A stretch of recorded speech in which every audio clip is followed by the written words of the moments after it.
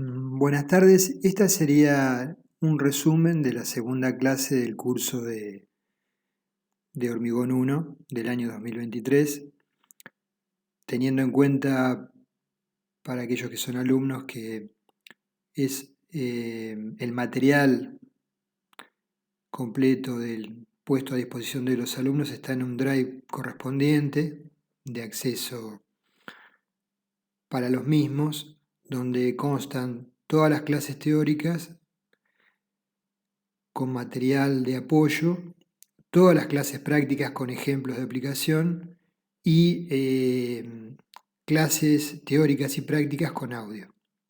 O sea, comenzaremos entonces con la clase número 2.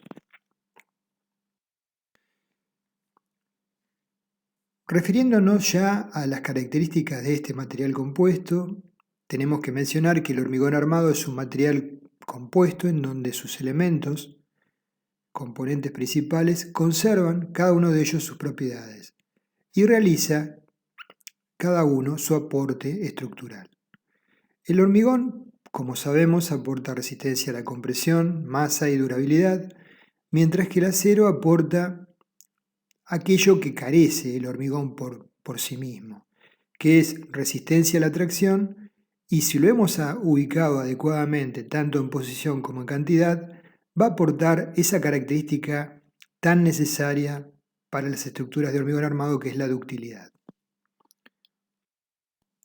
Una estructura simple de un edificio de hormigón armado como el que visualizamos está constituido por una cantidad importante de elementos múltiples, tales como vigas, columnas, tensores, lineales, ¿no? También elementos bidimensionales como tabiques, losas, vigas de gran altura.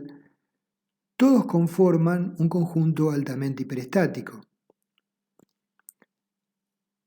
Luego veremos que cuando comencemos a estudiar las características de cada uno de estos elementos frente a las solicitaciones que dominan su diseño, los analizaremos por separado al solo efecto de ir incorporando conceptos e ideas básicas que nos permitan arribar a un diseño exitoso. Pero nunca perdamos de vista que es, sobre todo para hormigón in situ, el comportamiento en sí mismo es altamente hiperestático. Entonces, esta es la aclaración. Si bien para su estudio distinguiremos elementos tipo viga o tipo columna o losa, de la misma visualización de la foto, que es la preparación de un sector de hormigonado, de un conjunto de vigas, losas y el nudo de las columnas, podemos ver que se vinculan todas ellas en el proceso natural de hormigonado. Una de las primeras observaciones que podemos hacer es que no es posible establecer una única ley para fundamentar el comportamiento del hormigón frente a las distintas solicitaciones a las cuales va a estar sometido en una estructura. Y esto porque la resistencia del mismo va a ser función de la forma del elemento, de la naturaleza de las fuerzas o solicitaciones, sean estas de naturaleza dinámica, estática, en cuanto a la superficie y distribución de las mismas, sean localizadas o distribuidas o lineales, y también del tiempo de la acción de las cargas, es decir, de la historia de las cargas sobre la estructura. Entonces, realmente la resistencia de un determinado elemento es compleja de abordarla en forma rigurosa. Nosotros vamos a plantear una serie de simplificaciones e hipótesis que nos permiten ir avanzando en este proceso de entendimiento de cómo funcionan las estructuras y cómo diseñarlas, que son perfectamente válidos dentro del entorno de aplicación de las mismas, pero no tenemos que perder de vista la complejidad del fenómeno físico. En general podemos interpretar que el comportamiento de una estructura de hormigón armado será adecuado si tanto la respuesta en tracción como compresión de los elementos componentes lo es. ¿Y por qué manifestamos esto? Porque la flexión, el corte y la torsión, a modo de ejemplo, pueden analizarse como componentes de tracción y compresión en un elemento dado de hormigón estructural. Acá vemos las isostáticas de tracción, ¿sí?, y de compresión en una viga con un sistema de cargas en una viga simplemente apoyada. Sobre este concepto que mencionamos se desarrolla el método de bielas y tensores, que será tratado sobre el final del curso. El método de bielas y tensores, con sus particularidades y complejidades, termina discretizando una estructura de hormigón como una viga de gran altura de la izquierda mediante líneas imaginarias que son puntales comprimidos o bielas de hormigón y otros elementos en línea llena que serían donde surgen tracciones, elementos tensores. Ambos elementos, bielas y tensores, se intersectan o cruzan a través de zonas nodales. A la derecha podemos ver una viga de gran altura que, si la estudiamos como un material elástico, como una aproximación grosera para hormigón armado, tendríamos el campo de las tensiones principales de compresión en línea punteada y de tracción en línea llena. El esquema en el centro de la viga de las tensiones, estudiadas como el material elástico de tracción en la cara inferior y de compresión, que claramente el eje neutro no está a mitad de la altura, y un esquema alternativo de bielas y tensores simple para analizarlo mediante este método. Es un método muy potente que tiene sus complejidades y por lo tanto hay que tener cierta experiencia para poder abordar una estructura mediante este enfoque eficazmente. Dada la complejidad del problema, a los fines prácticos del diseño, recurrimos al estudio del hormigón y su comportamiento frente a ciertas solicitaciones aisladas. Entonces, lo que vamos a hacer es estudiar cada uno de los elementos principales, hormigón y acero, bajo solicitaciones tipo que podemos establecer parámetros para normalizarlas y hacer ensayos que permitan comparar resultados en diferentes laboratorios y diferentes obras. Esos ensayos básicamente van a ser de compresión y tracción para el hormigón y se van a evaluar sobre elementos tipo de dimensiones que hemos preestablecido, y los vamos a hacer los ensayos mediante metodologías normalizadas, todo esto a fin de hacer comparables unos ensayos en un laboratorio con otros ensayos en otro laboratorio distante, ¿sí? Lo que estamos hablando es que vamos a ensayar para compresión y tracción el hormigón en probetas de dimensiones preestablecidas y bajo condiciones normalizadas. Bajo esas condiciones vamos a evaluar el comportamiento del hormigón frente a solicitaciones de compresión, de tracción, y vamos a determinar también otros parámetros del mismo, tales como el módulo de elasticidad. Si pensamos un poco más o en la medida que avancemos en el tema del desarrollo del comportamiento del hormigón, vamos a comprender que la palabra módulo de elasticidad quizás no es la más adecuada, la más feliz. Interpreto que sería más correcto denominarlo módulo de deformabilidad, dado que el hormigón, como veremos, no presenta un comportamiento elástico. Y posteriormente, sobre el final de la clase, estudiaremos estos parámetros para el otro componente básico, que es el acero. Cuando hablamos de hormigón, el hormigón, como dijimos, está conformado por la pasta por el cemento, por el agua que forman la pasta, agregado fino y agregado grueso, como elementos básicos. Los componentes principales son los que mencionamos. En la figura se observa el resultado de ensayo a compresión de los elementos componentes mencionados y también la curva resultante del ensayo de una probeta hecha con esos componentes. Entonces nosotros tenemos en ordenadas tensiones principales de compresión en abscisas deformaciones. Observamos que para el agregado la relación tensión-deformación hasta la rotura es claramente lineal, tiene una pendiente importante por la rigidez importante del agregado, salvo que sea un agregado liviano. Hay otra línea recta que representa la relación tensiones-deformaciones de la pasta de cemento, con menor rigidez y con un comportamiento lineal hasta que se produce la falla, comportamientos ambos frágiles. Por el contrario, el hormigón tiene un comportamiento que solo al principio se puede establecer en forma aproximada como lineal entre tensiones y deformaciones y luego es claramente no lineal. ¿Por qué es la respuesta del elemento compuesto de esta manera, resultante de esta manera? Porque a las microfisuras existentes antes de aplicar cargas, en la medida que se van aplicando las cargas, estas van incrementándose en tamaño y en extensión y comienza a manifestar entonces una respuesta que es claramente no lineal como la que observamos hasta que se produce la falla. Entonces la respuesta no lineal del hormigón es debida a la interacción entre pasta y agregados. Los ensayos generalmente no se hacen sobre probetas de pasta de cemento puro, dado que presentan una dificultad para moldear las probetas y a su vez observamos una fuerte dispersión en los resultados. Los ensayos se realizan sobre testigos de cemento y arena en proporción 1:3.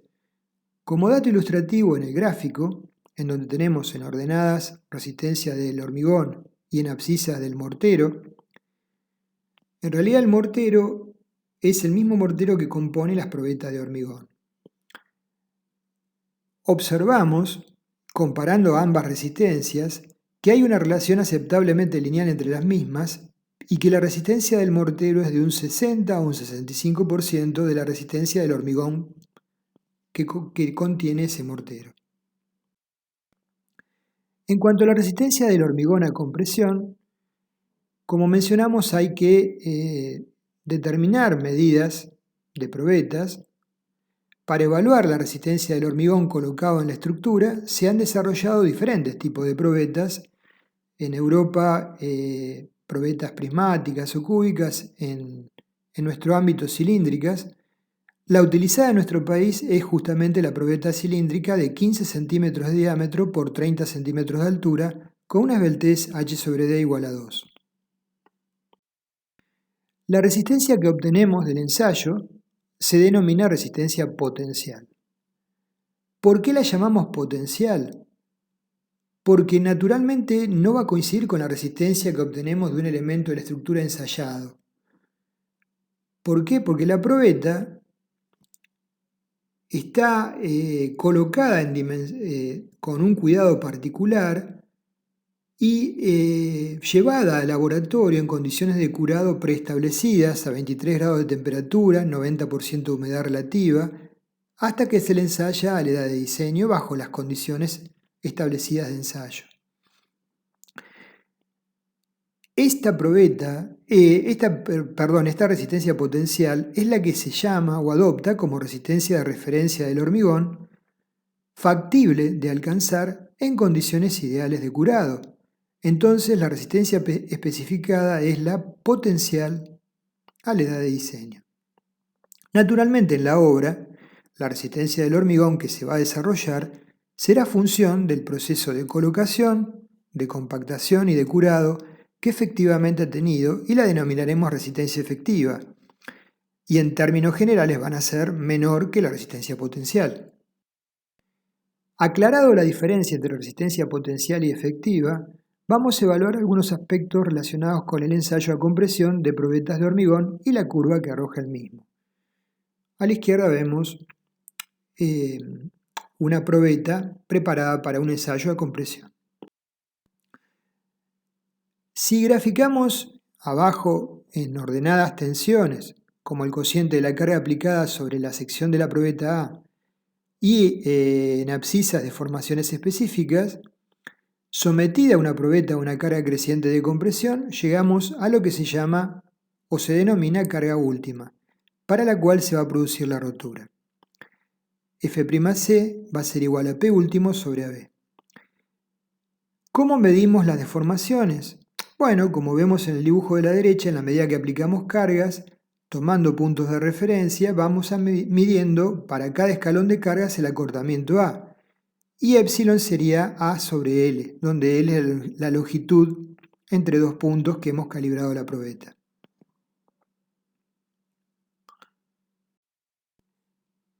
Para trazar la curva tensión-deformación, obtenemos los valores de tensión sobre la base, que es una simplificación, de dividir la carga aplicada por el área de la sección transversal de la probeta de ensayo.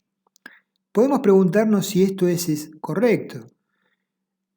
Abajo vemos una probeta que ha fallado por compresión y sería correcto si el hormigón fuera homogéneo. Lo que visualizamos es que hay componentes de grado grueso, de grado fino y de pasta, y claramente no es homogénea la sección y la resistencia a lo largo de la sección de la probeta. Entonces, el valor que estamos midiendo, F igual a P sobre A, representa en realidad un valor de tensión promedio, suponiendo que la distribución de deformaciones es uniforme y que las características del hormigón son constantes en toda la sección. Como vemos, dado que el hormigón no lo es un material heterogéneo, lo anterior es solo una idealización del fenómeno. Según la distribución de pasta y agregados de la masa, los esfuerzos considerados sobre un área menor, un área diferencial, variarán de un punto a otro, dentro de esta sección de la probeta que ha fallado. Y para cualquier nivel de carga serán diferentes. En forma independiente de la resistencia característica del hormigón, se observa que la máxima tensión, cuando graficamos probetas con distintas calidades de hormigones, como vemos en el dibujo, lo que observamos es que hay una característica en común. La máxima tensión se localiza aproximadamente para una deformación específica de 0,002. ¿Qué nos indica esto o qué conclusión podemos obtener? Que el hormigón no rompe para una tensión dada específicamente, sino rompe para una deformación impuesta dada, ¿sí? Cuando se agota la capacidad de deformarse, ¿sí? Lo que pasa es que nosotros para el análisis hablamos de tensiones porque es mucho más simple manejar ese concepto, con las salvedades que mencionamos previamente. Entonces, ensayando una serie de probetas elaboradas con el mismo hormigón, obtenemos distintos valores de resistencia, motivados básicamente por la heterogeneidad del hormigón y en menor medida por el método de ensayo utilizado. Para definir la resistencia a compresión del hormigón se utiliza un valor característico F'Ck, el cual se define de manera distinta según el reglamento o código que estemos utilizando para el diseño.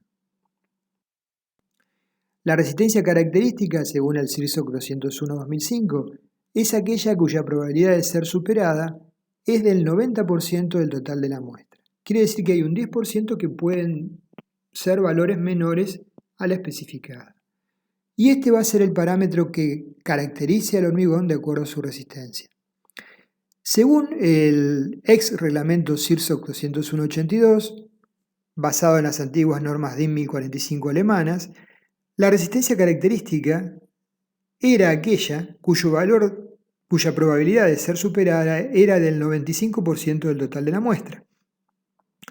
Por ende, la resistencia característica definido según hormigón, un código y otro, o un reglamento y otro, no es exactamente la misma. Por su parte, el CIRSOC 201-2005 define como edad de diseño a aquella a la cual se debe verificar la resistencia especificada. Usualmente, a falta de una aclaración, son 28 días, pero perfectamente puede definirse como edad de diseño otra edad. Acá observamos en una campana de Gauss que puede representar adecuadamente el fenómeno en cuanto a resultados de probetas, la campana de Gauss y el valor del fractil del 5% que definía la resistencia característica a la izquierda, el CIRSOC 201 edición 82, y a la derecha podemos observar la campana de Gauss y el fractil que define la resistencia característica según el CIRSOC 201-2005, definiendo un valor del 10% como el valor límite con esa cantidad de valores probables menores a la resistencia especificada.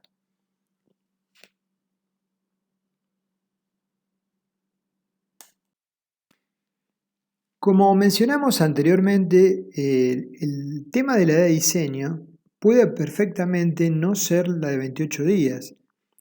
Y esto considerando el tipo de estructura, el momento de la puesta en servicio y el tipo de cemento a utilizar. Cuando los documentos de diseño no establezcan una edad diferente, adoptamos para la misma 28 días. Pero a modo de ejemplo, si acaso proyectáramos un puente donde utilizamos cemento puzolánico con un alto tenor de puzolanas, y nosotros hemos hecho ensayos sistemáticos comparando con un cemento Portland común, y observamos que el cemento puzolánico, el hormigón constituido con cemento puzolánico, alcanza, iguala y supera la resistencia del hormigón de cemento Portland común, pero a una edad posterior a los 28 días. De hecho, ello ocurre. Y por otro lado, nuestro puente no va a entrar en servicio hasta una edad posterior a los 28 días. Entonces, claramente, es razonable establecer, dado que la curva de crecimiento es más lenta, una edad de diseño mayor a 28 días.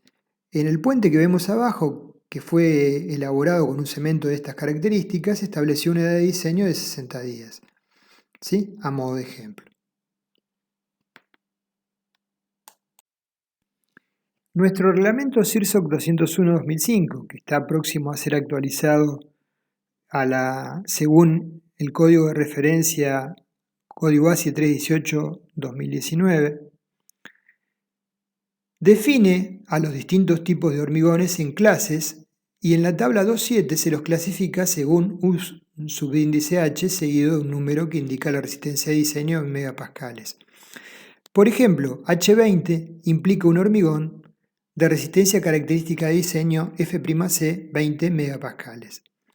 El hormigón estructural de menor calidad permitido por el CIRSOC 201-2005 es un H15 y solo sirve o permite ser utilizado para hormigón simple. Para hormigón armado la resistencia más baja permitida es H20, que equivaldría por la correlación de fractiles distintos que permiten uno y otro a un hormigón H17 del CIRSOC 201-82. Para estructuras más comprometidas y estructuras de hormigón pretensado, el hormigón de menor calidad permitido es un H25. Recordando el CIRSOC 201-82, el hormigón armado de menor calidad que permitía era un H13. Esta es la tabla que nos presenta la tabla 32, el mismo reglamento, en cuanto a clases de hormigones, donde está la H y la designación de la resistencia característica en megapascales, resistencia a compresión especificada a la edad de diseño y rango de utilización. Hormigón simple, simple y armado, simple, armado y pretensado, ¿sí? Llegando hasta H60.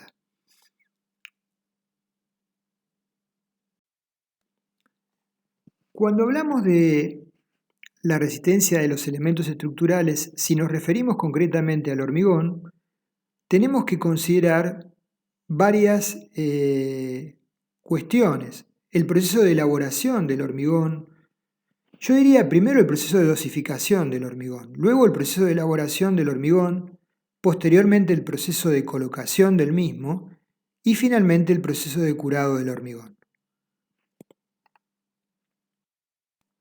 Durante el proceso de curado, la resistencia del hormigón se va incrementando con un curado adecuado luego de colocado el mismo en los encofrados y debe continuar luego de que estos son retirados. Por curado entendemos el suministrar humedad y mantener una temperatura apropiada para asegurar que el cemento continúe su proceso de hidratación, con lo cual seguirá el proceso de ganancia de resistencia del hormigón. Consideramos una buena práctica mantener el hormigón con temperaturas entre un rango de 5 y 20 grados centígrados, especialmente durante las primeras horas de colado, 24 horas. El curado debe durar varios días y depende además del tipo de cemento utilizado para elaborar el hormigón. Con cemento puzolánico se requiere mayor tiempo de curado. A modo de ejemplo y groseramente hablando, del orden de un 30% o más. Se considera en general más eficaces los métodos de curado que aportan agua que aquellos que tienden a impedir la evaporación de la misma, del agua libre. La duración e intensidad del curado va a depender, entre otros factores, de los factores ambientales, temperatura ambiente, humedad, intensidad del viento, asoleamiento, tipo de cemento, etc. Solo como una idea general, para condiciones ambientales medias y cemento Portland común, se sugiere un periodo de curado no menor a 7 días y con climas más desfavorables incrementar ese periodo en un 30%. Ya refiriéndonos a los tipos de probeta en los cuales podemos ensayar un hormigón para evaluar la resistencia característica, observamos que la resistencia obtenida de un ensayo se ve afectado por el tipo de probeta. Entonces, si trabajáramos con probetas cúbicas, o sea, si de un mixer descargamos hormigón y moldeamos probetas cúbicas y probetas cilíndricas, observaríamos que a pesar de tener un enorme cuidado en el moldeo y cuidado de esas probetas y condiciones de ensayo, los resultados no serían iguales. Sistemáticamente los resultados de las probetas cúbicas serían mayores que los de las probetas cilíndricas. El coeficiente de correlación entre unas y otras sería aproximadamente un 1,17. Las antiguas normas DIN 1045 especificaban la resistencia del hormigón medida en probetas cúbicas de 20 centímetros de arista.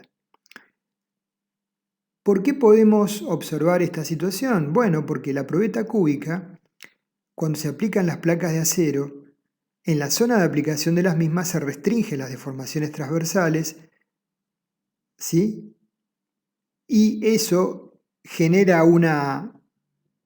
ese impedimento de deformarse transversalmente, genera una sobreresistencia frente a una probeta equivalente cúbica, donde la carga se aplique a través de cepillos de alambre de acero y esa restricción transversal no se genere. En el último de los casos, las fisuras son paralelas al eje de la probeta, ¿sí? Y en el primer caso, las fisuras son en diagonal a las aristas.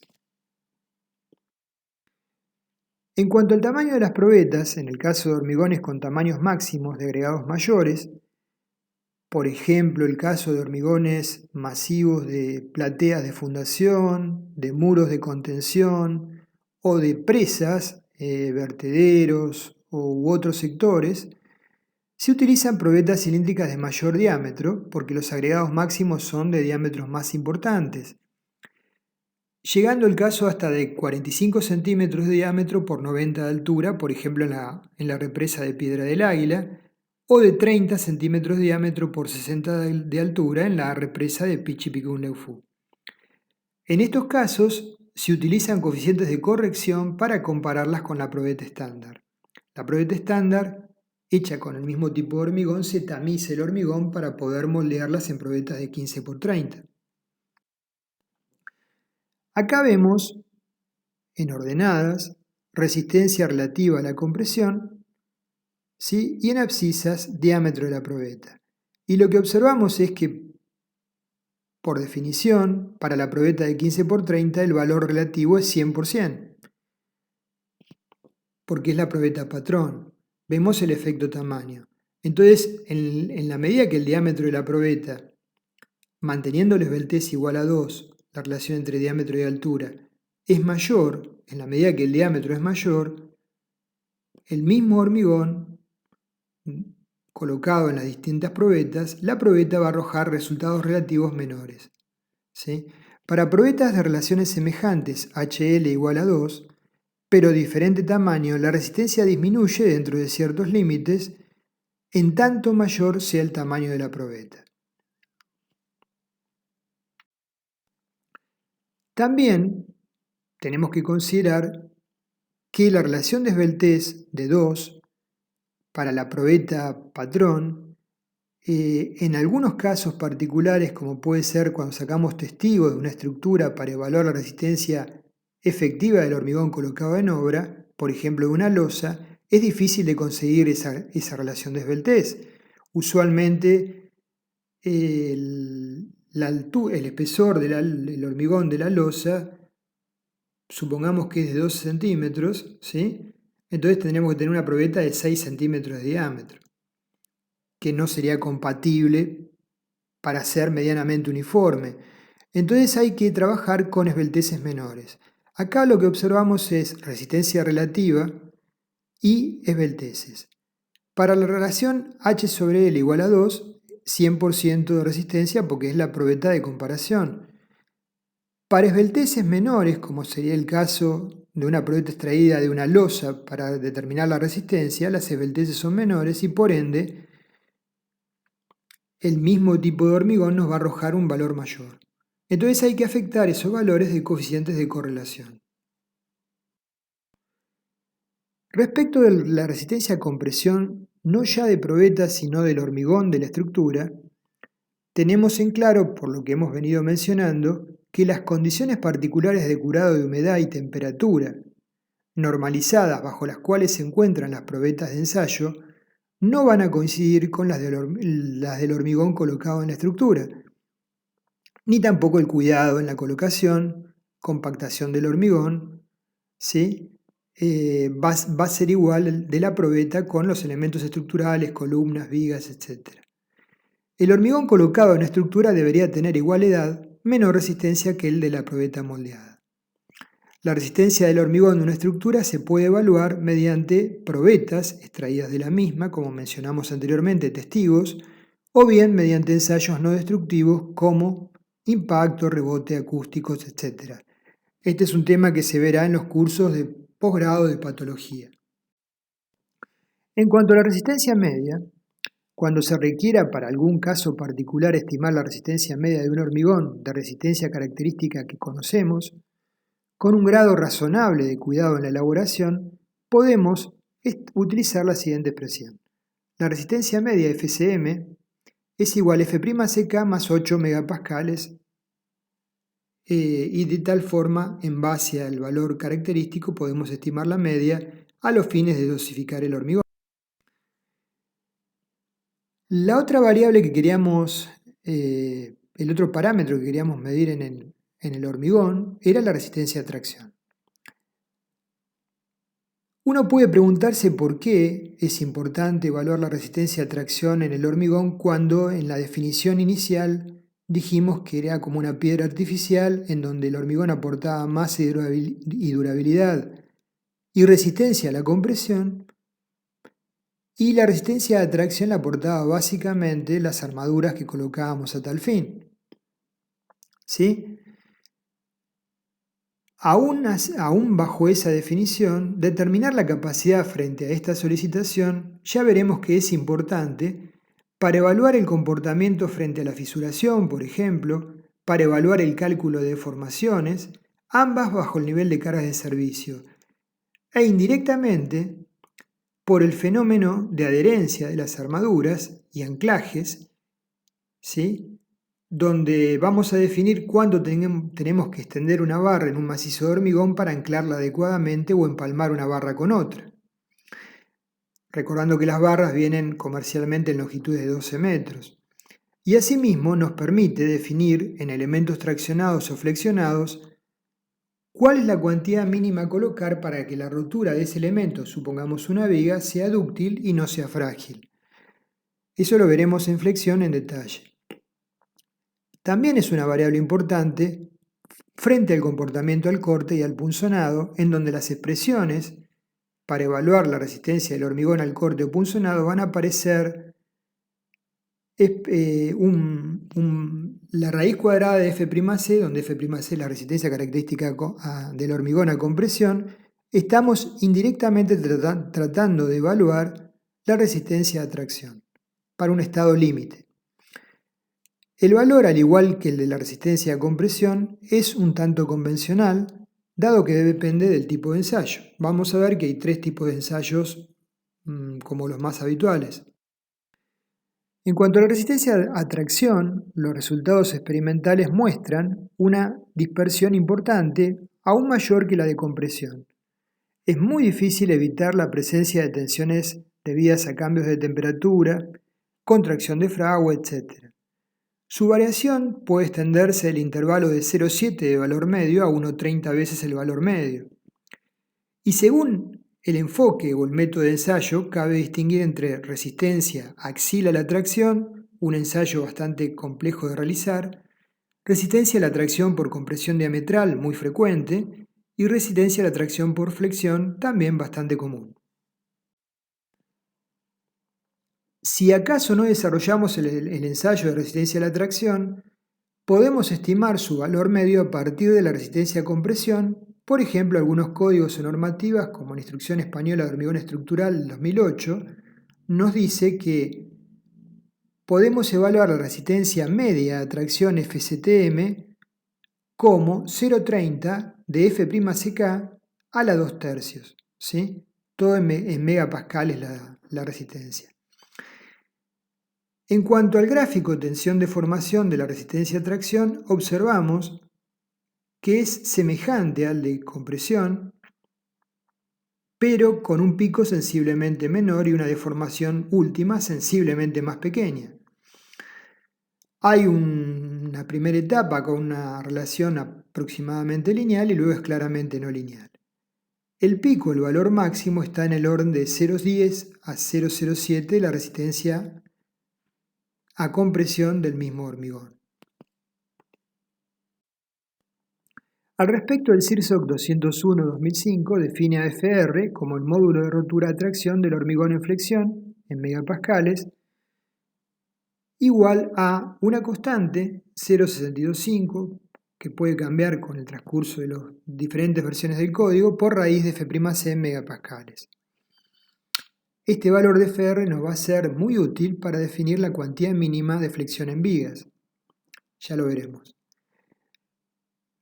Respecto a la resistencia axial a la tracción, primero de los ensayos, es el menos utilizado.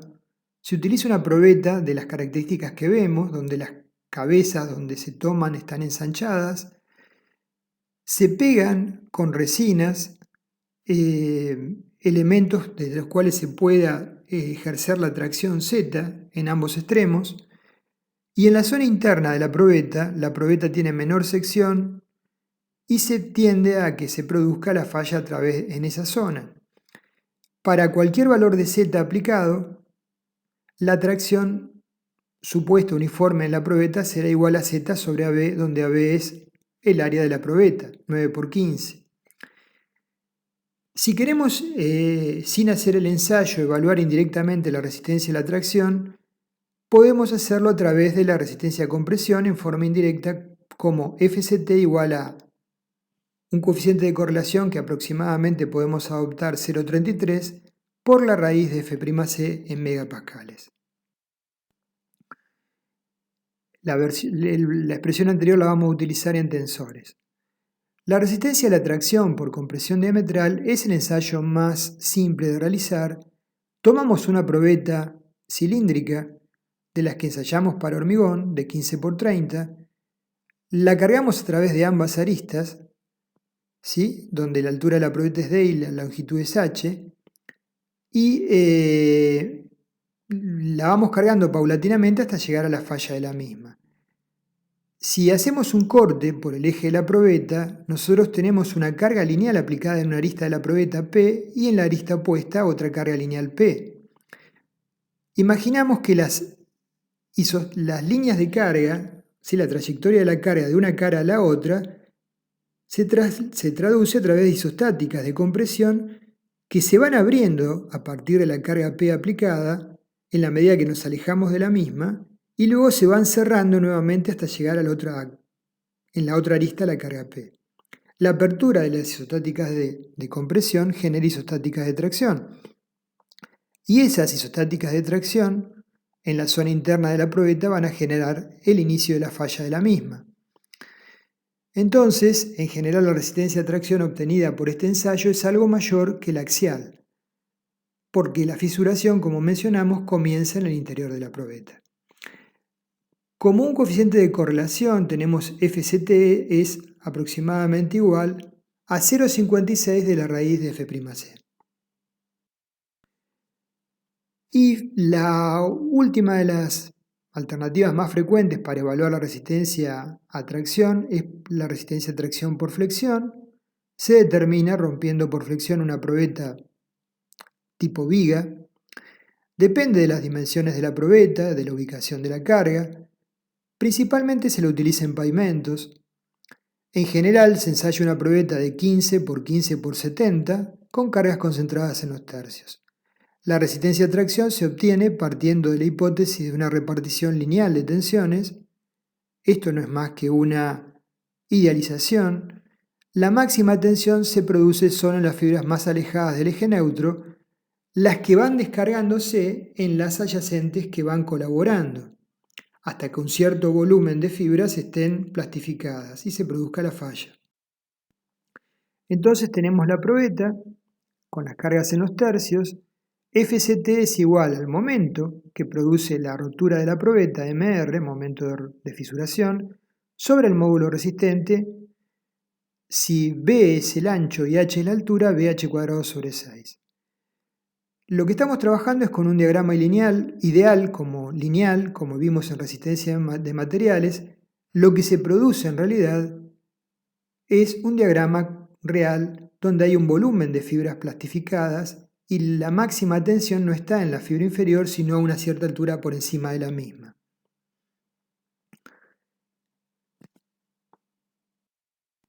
Acá vemos una foto de una probeta de estas características que se ensayó hasta la rotura. La rotura es totalmente frágil y cuando se agota la capacidad de tomar tracciones se fractura en dos la probeta.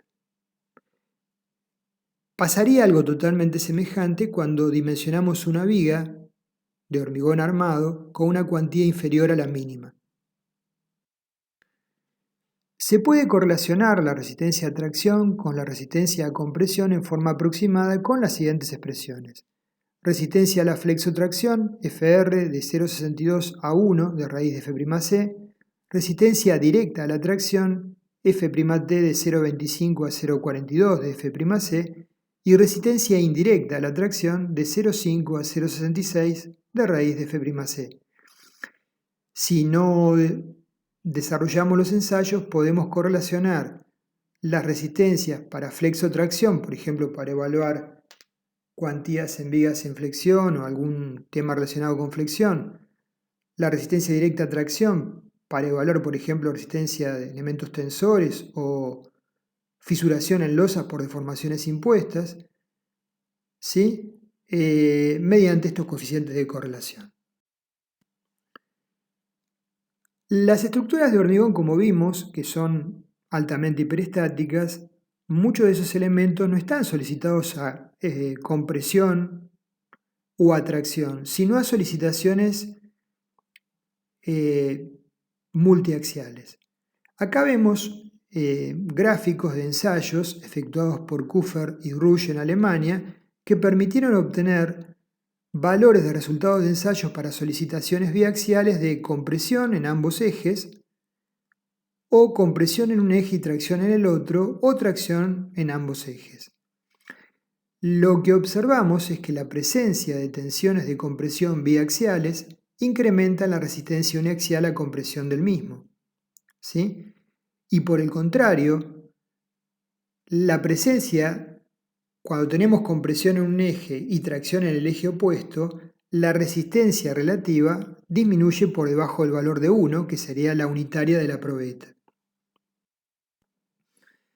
Con respecto a la situación en que el hormigón esté solicitado a tensiones triaxiales, que es el caso frecuente en el cual trabajamos las columnas sunchadas, por ejemplo, u otros elementos,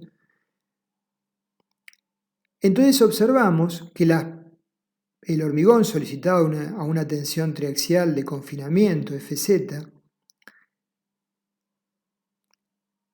arroja resultados de rotura Fc'(cc) mayores que la uniaxial F'C. La expresión aproximadamente de la probeta ensayada bajo tensiones de confinamiento es F'C más una constante, aproximadamente 4,1, por la tensión de confinamiento F'Z. Como mencionamos, este fenómeno, y ya lo veremos cuando estudiemos columnas con presión simple, es utilizado para columnas hunchadas y también es utilizado esta idea para confinar zonas particulares de estructuras de hormigón solicitadas a acciones dinámicas como sismos, nudos de pórticos, zonas comprometidas.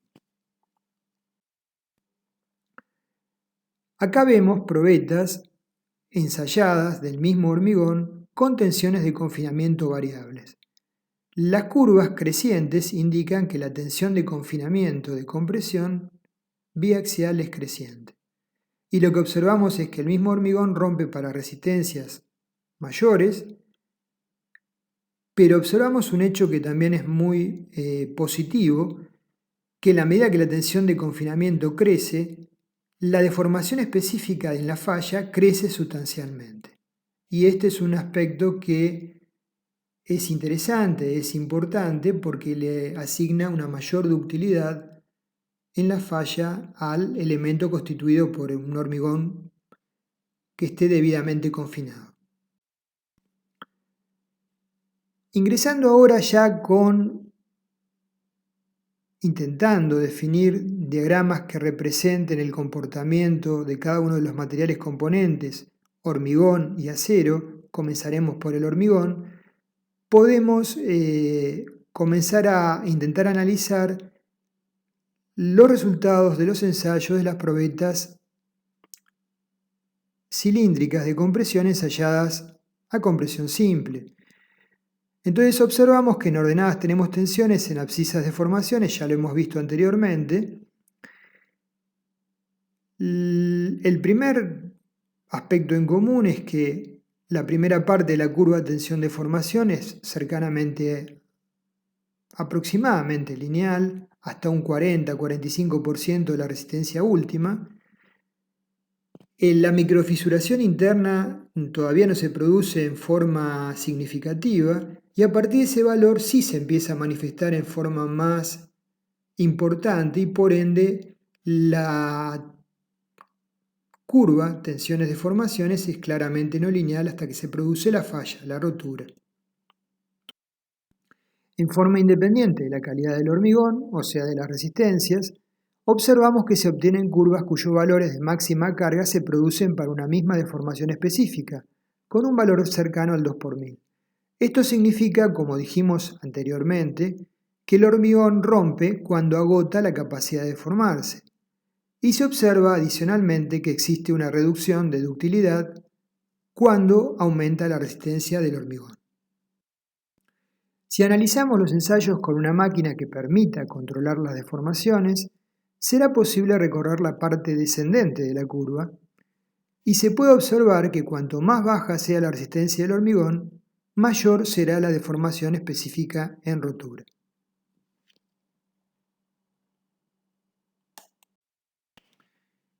Con respecto al desarrollo de las curvas tensiones deformaciones, para que podemos visualizar la cantidad de variables que intervienen en la misma, otro factor es la velocidad de carga con que desarrollamos el ensayo. Acá vemos de una serie de probetas moldeadas con el mismo pastón, ensayadas a la misma edad de diseño o a la misma edad de carga, con diferentes velocidades en la aplicación de las cargas. Lo que vemos es que en la medida en que la velocidad de carga es menor, el valor máximo que arroja el ensayo, a igualdad de las demás variables, es menor. Entonces, para que los distintos ensayos sean comparables, hay que establecer una velocidad de carga normalizada, usualmente 0,30 megapascales por segundo. El tema de la velocidad de carga o la permanencia de las cargas en el tiempo es algo que luego tendrá que ser considerado en las ecuaciones de diseño porque, de hecho, si pensamos en cualquier estructura que contemplemos, aunque todavía no sepamos cómo calcular una columna, una viga o una losa, tenemos presente que el peso propio de la estructura permanece a lo largo de toda la vida útil de la misma. Entonces es una carga de naturaleza permanente.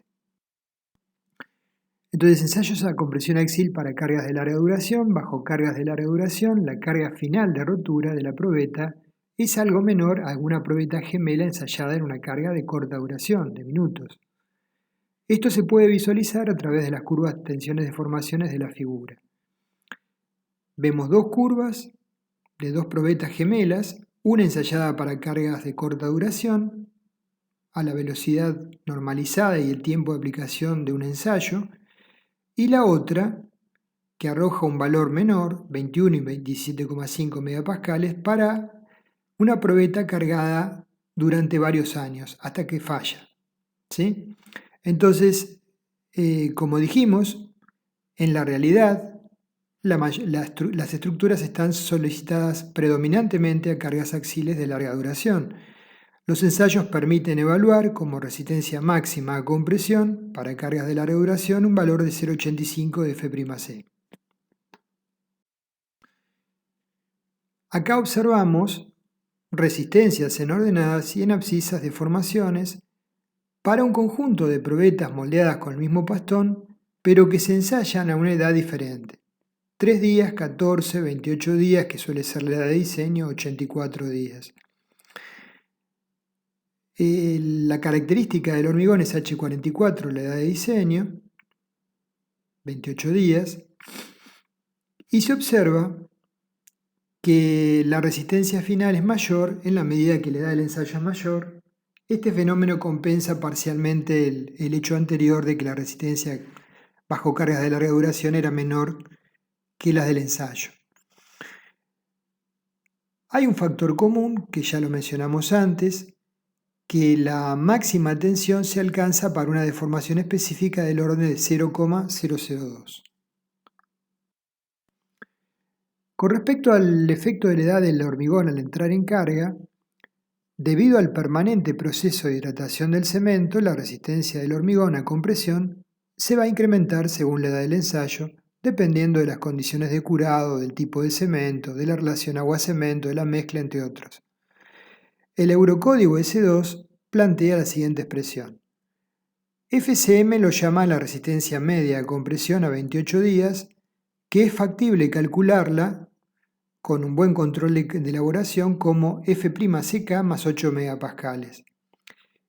Y a una edad diferente de 28 días permite calcular la resistencia media FCM como un coeficiente beta por FCM, donde ese coeficiente beta tiene la siguiente expresión.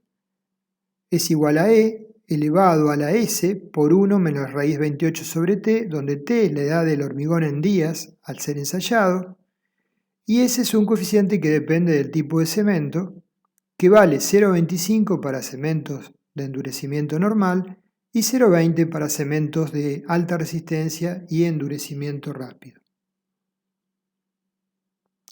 Como ven, hacemos referencias no solamente al código ASIL 318-2005 y al CIRSOC 201-2005, sino a otras normativas o códigos cuando complementan o suplementan aspectos que el código madre no lo trata. Evolución de la resistencia a tracción.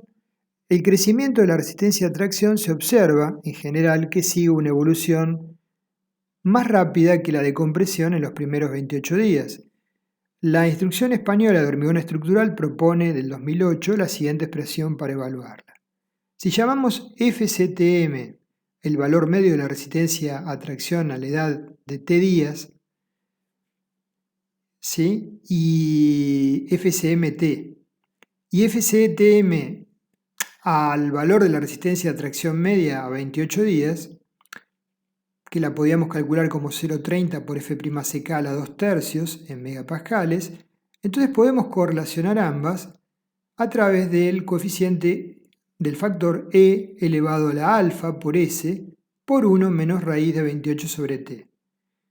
La expresión es análoga a la anterior, lo único que aparece un coeficiente alfa que para tiempo menor que 28 días vale 1, para resistencias menores que 50 Newton por milímetro cuadrado a compresión y tiempo mayor que 28 días vale 2/3, y para resistencias mayores vale alfa igual a 1/2. De tal forma podemos correlacionar la resistencia de tracción en una edad diferente de 28 días con la de 28 días, la resistencia de tracción media.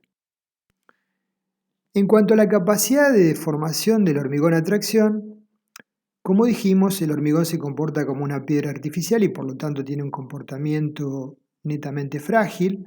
El hormigón solicitado a tracción rompe cuando se agota la capacidad de deformarse. Y esta capacidad es muy limitada. Su alargamiento último de tracción o elongabilidad oscila entre el 0,1 por mil al 0,15 y depende en buena medida de la ductilidad del cemento. La capacidad de deformación a tracción varía con la velocidad de aplicación de cargas, esto dado que existe un efecto limitado, como vimos en el ensayo atracción por flexión, de fluencia, descargándose las fibras más solicitadas en las fibras aledañas que todavía no han ingresado en esa etapa. Efecto que puede incrementar las deformaciones últimas hasta un 0,30 por mil. La elongabilidad del hormigón se incrementa para aquellos hormigones que presenten una menor resistencia. Respecto del módulo de elasticidad, EC, el CIRSOC 201-2005, para hormigones de densidad normal permite determinarlo mediante la siguiente expresión. S es igual a una constante 4700 por la raíz de F'C en megapascales. Y asimismo, como expresión alternativa, permite evaluarlo como S es igual a alfa, donde alfa es la densidad entre 1500 kilos por metro cúbico y 2500 kilos por metro cúbico, a la 1,5 por una constante raíz de F'C en megapascales.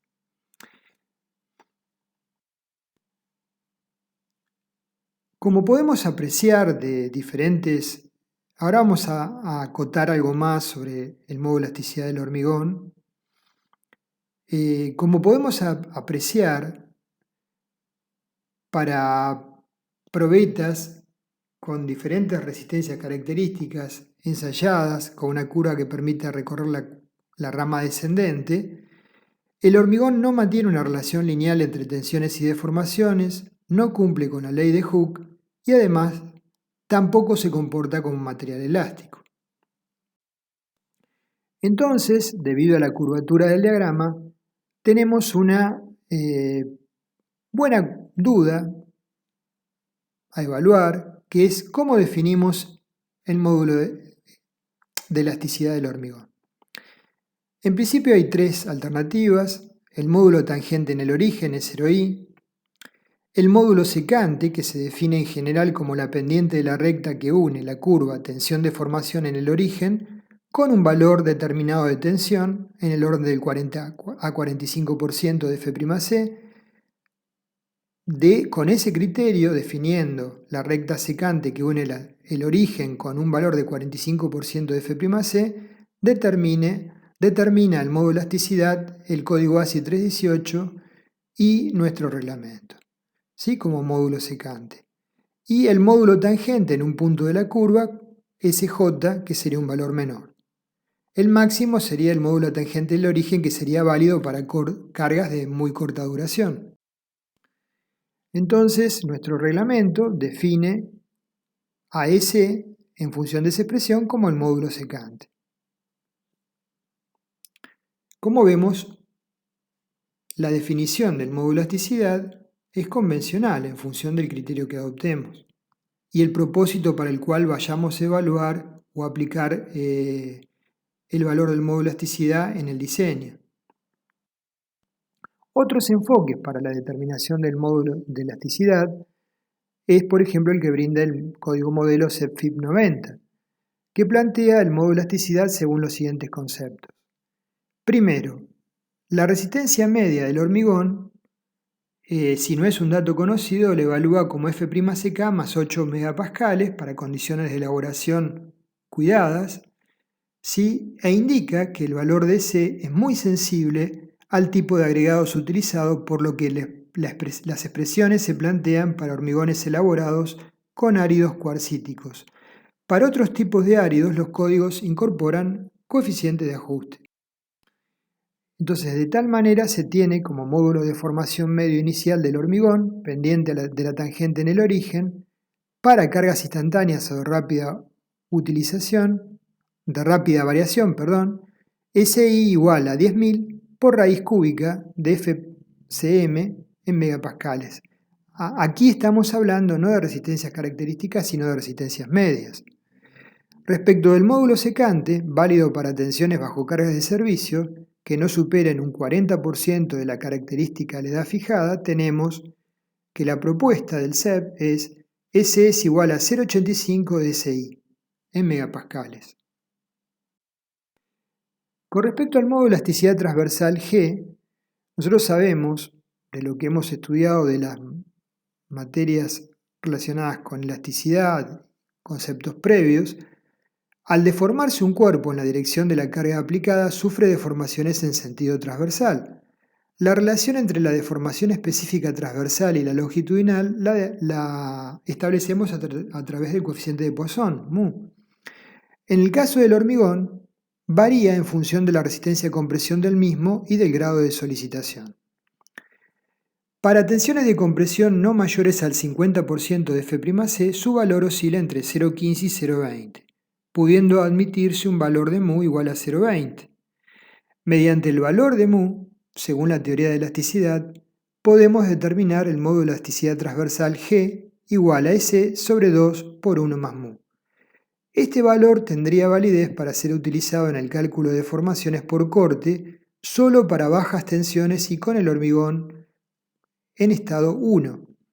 Luego veremos, en la medida que avancemos en el curso, que estado 1 lo llamamos al hormigón no fisurado por cargas. Entonces acá tenemos una gráfica en donde en ordenadas tenemos tensiones, en abscisas, a la derecha deformaciones axiales y a la izquierda deformaciones laterales. Entonces podemos visualizar acá el proceso completo de cambio volumétrico en el hormigón en una probeta que ensayamos a cargas axiales. En la medida que las tensiones se incrementan, pasamos a tener de una disminución de volumen a una expansión de volumen producto de la microfisuración interna que se produce en el hormigón próxima ya a la falla. Para tensiones crecientes elevadas, mayores que 0,60 de F'Ck, se observan en los ensayos que el valor de mu crece hasta 0,5 debido al proceso que mencionamos recién. Las deformaciones transversales aumentan rápidamente a raíz de la fisuración interna paralela a la dirección de la carga. Si logramos hunchar la probeta, impediremos este efecto de deformación transversal ε3 e incrementaremos naturalmente la resistencia final de la probeta bajo la carga axial aplicada. Incrementaremos también la deformabilidad como ya lo hemos visto. El otro elemento componente principal es el acero estructural. Las barras de acero incorporadas en la masa de hormigón se van a encontrar solicitadas por esfuerzos axiales de tracción principalmente y de compresión en algunos elementos. Otros tipos de solicitación como la flexión, torsión o corte no son en general posibles en las armaduras, dado que el hormigón transmite los esfuerzos a las barras por adherencia. En general las barras no reciben carga directa, sino están embebidas en el hormigón y reciben cargas a través del hormigón, que es sobre el cual se aplican las mismas, y cuando el hormigón tiende a deformarse, ¿sí? Por el fenómeno de adherencia que estudiaremos más adelante, las barras reciben cargas y entran en tensión. Por ello se estudiarán fundamentalmente las propiedades del acero solicitado a tracción, su módulo de elasticidad y su deformabilidad.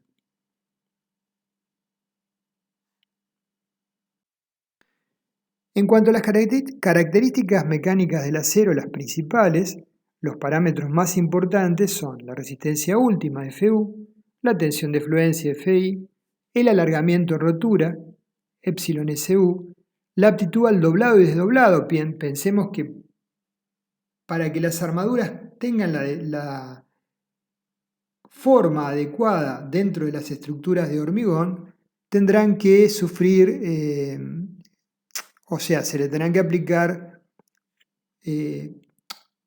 doblados y desdoblados, por ejemplo, en los estribos, en las zonas de anclaje de armaduras y en otros sectores, ¿sí?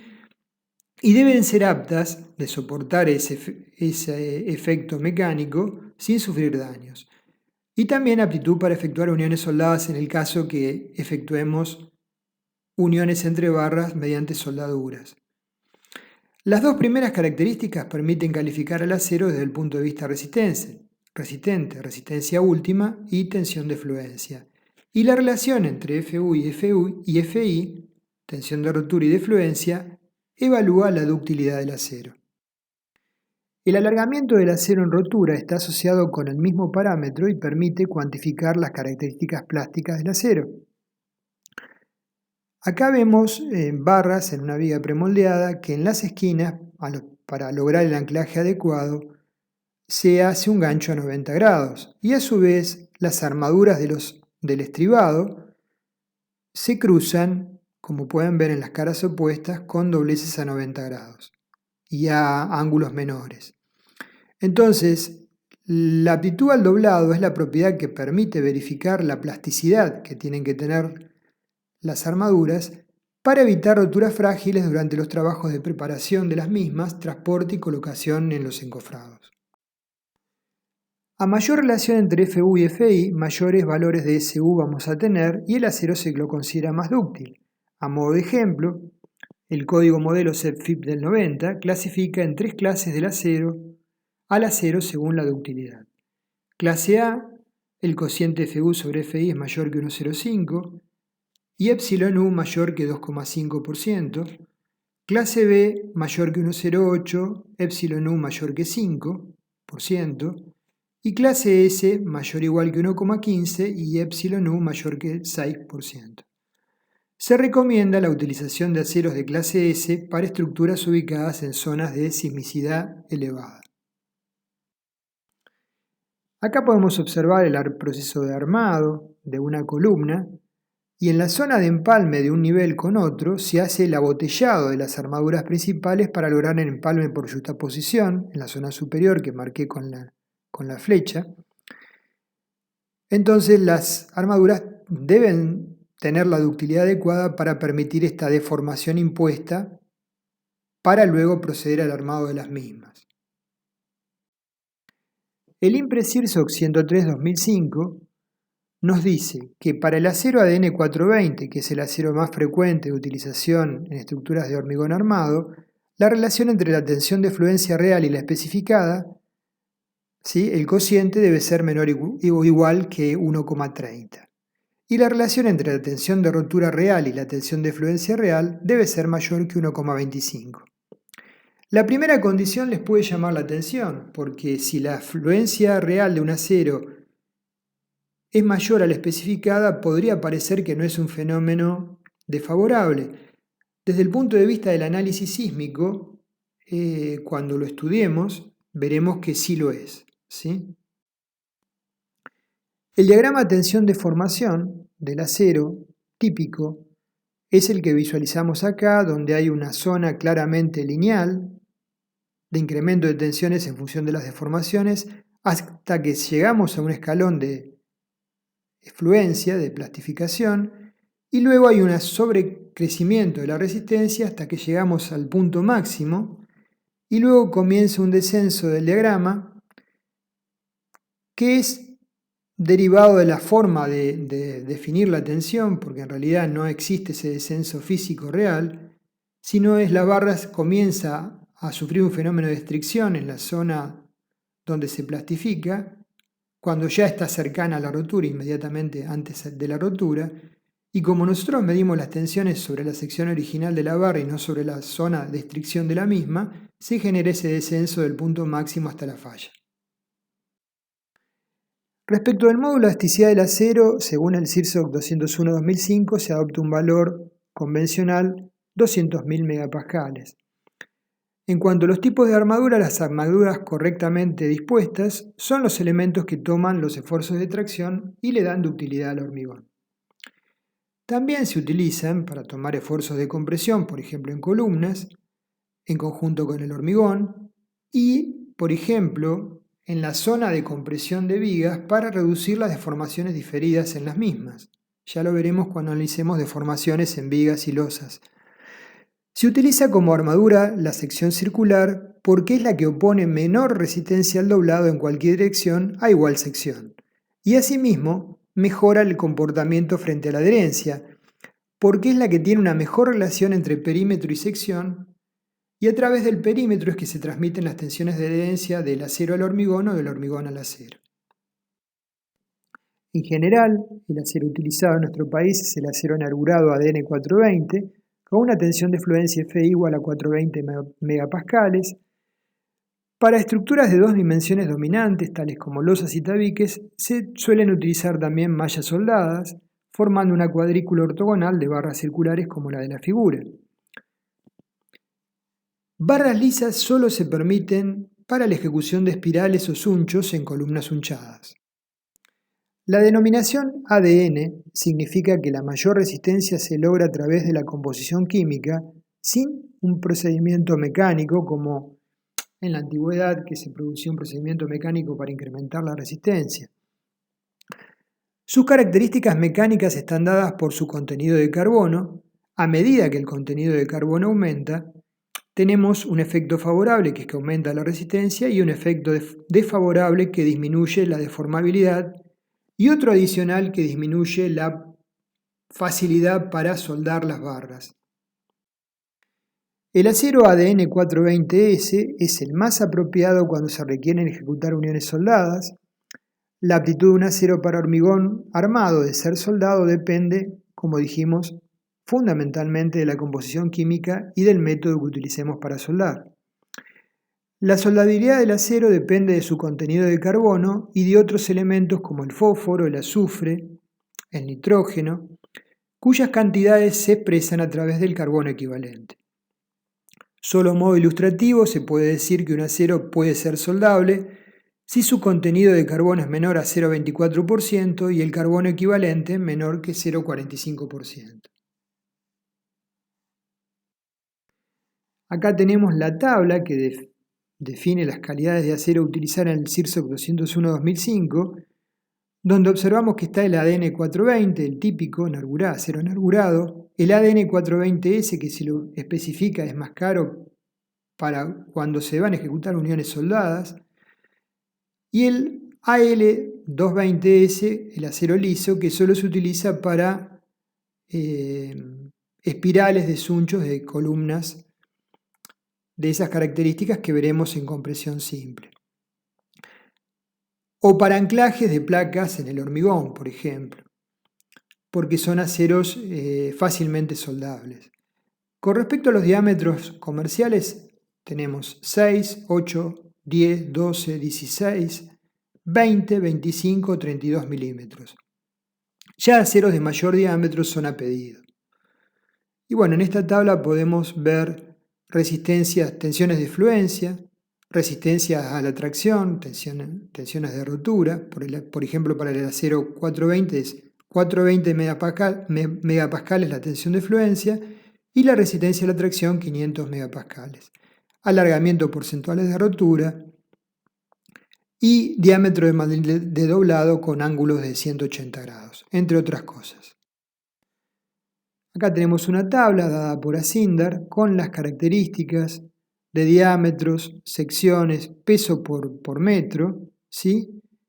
Y secciones para una cantidad determinada de barras, 2, 3 o 4 barras de un determinado diámetro. Con la curva en rojo característica de ensayo de una barra de este tipo. Ya cerrando la clase vamos a hablar brevemente sobre efectos de las temperaturas en las propiedades del acero. El comportamiento del acero es afectado significativamente por las temperaturas extremas.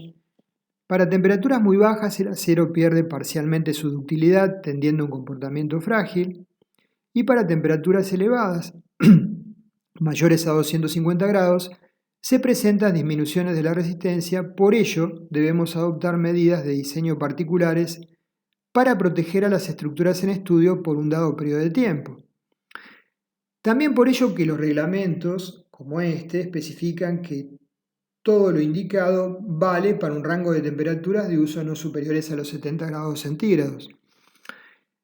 El acero, para temperaturas del orden de los 600 grados, llega a una temperatura denominada crítica, donde pierde prácticamente toda su capacidad resistente. ¿Bajo qué condiciones está solicitado estas temperaturas? Usualmente bajo siniestros, incendios. Acá vemos una tabla en donde se especifican temperaturas del siniestro, pérdidas de resistencia porcentuales en el acero de armadura y en el hormigón, y pérdidas porcentuales de resistencia en el modo de elasticidad del acero y del hormigón. A modo de ejemplo, para 600 grados, la pérdida de resistencia en el acero es del 60% promedio y en el hormigón de un 40%. Con respecto a la disminución del modo de elasticidad, es de un 70% en el acero y un 90% en el hormigón. Quiere decir que el valor del modo de elasticidad remanente, tanto en acero como en hormigón, es realmente bajísimo y no tiene capacidad resistente, o ha perdido prácticamente toda la capacidad resistente y la rigidez, ¿sí? Bajo un siniestro que llega a estas temperaturas.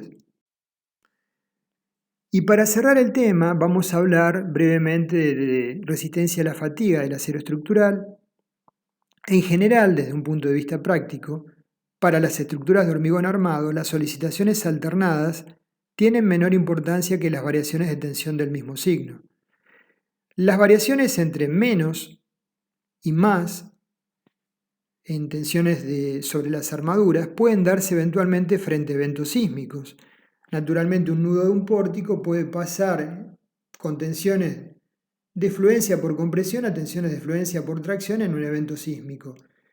Pero para otras circunstancias, ¿sí?, sobre todo las de uso, nivel de cargas de servicio, lo más determinante es estudiar los saltos tensionales para un tiempo T1, una tensión Fc1, y para un tiempo T2, una tensión Fc2 de un mismo signo, lo que da origen a un delta de F'S o delta de Fs. A modo de ejemplo tenemos bases de hormigón estructural en grandes molinos eólicos, puentes de ferrocarril, vigas de puentes grúas de gran porte, etc. Entonces tenemos acá solicitaciones a la izquierda oscilatorias simples, donde la tensión pasa de un mínimo a un máximo con un mismo signo, y solicitaciones oscilatorias alternadas, donde cambiamos de signo, de un signo de tracción a compresión. Para las estructuras de hormigón armado, las solicitaciones alternadas tienen menor importancia, como dijimos, que las variaciones de tensión del mismo signo.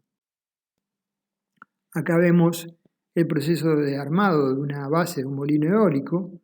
El valor de delta Fs, que puede repetirse un gran número de veces sin producir la falla de material, se llama endurancia y se define como resistencia a la fatiga el mayor valor de delta Fs que puede ser soportado en 2 millones de ciclos de carga sin romper. Se observa en general que de resultar el incremento tensional no superior a los 150 megapascales, no se suelen presentar fallas por fatigas en aceros con tensiones como el ADN 420 o menores, ¿sí? Acá tenemos delta de Fs, la pérdida de resistencia por incremento del número de ciclos, que llega a un valor máximo para 2 por 10 a la 6 ciclos. Al estar las barras inmersas en la masa de hormigón y recibir las tensiones por adherencia a través del mismo, hay factores que propician dicha falla, como los vamos a mencionar a continuación. Variaciones bruscas de la curvatura de la barra en correspondencia con la fisura, presión del hormigón sobre las nervaduras de la barra, efecto friccional debido al movimiento relativo entre armadura y hormigón en la zona aledaña a la fisura, donde se ha perdido en forma parcial la adherencia. En general, las fallas se producen en coincidencia con la posición de una fisura. Según algunos ensayos, la resistencia a la fatiga se reduce cuando aumentamos el diámetro de barra. No es recomendable utilizar empalmes soldados en zonas con variaciones importantes de tensiones. Bueno, de esta manera damos por finalizada el resumen de la segunda clase de la Cátedra de Hormigón 1 del año 2023. Gracias por su compañía. Nos vemos.